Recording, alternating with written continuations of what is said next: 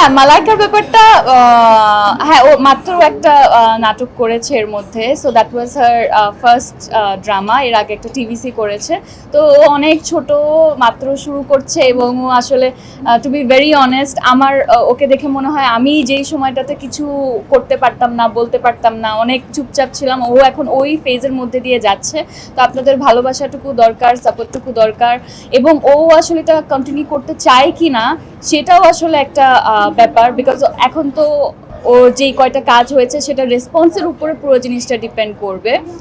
So আপনারা যদি ওর সাথে থাকেন এবং ও যদি ভালো করতে পারে, সেই যোগ্যতা যদি থাকে, তাহলে ও এগিয়ে যাবে। আর আমার মনে হয় কাউকে আসলে ওরকম হাতে ধরে শিখিয়ে দেওয়ার ওই ব্যাপারটা আসলে হয় না। যদি কারোর মধ্যে ট্যালেন্ট থাকে সেটা আপনি আসলে বের হয়ে আসে। আর প্রচুর সময় দিতে হয়, কারণ আজকে থেকে 10 বছর আগে যদি আমরা তাকিয়ে দেখি, আমিও আসলে কিছুই পারতাম না তখন। আমারও আসলে একটা সময় লেগেছে শিখতে। আমার মনে হয় ফারিনের ব্যাপারেও তাই।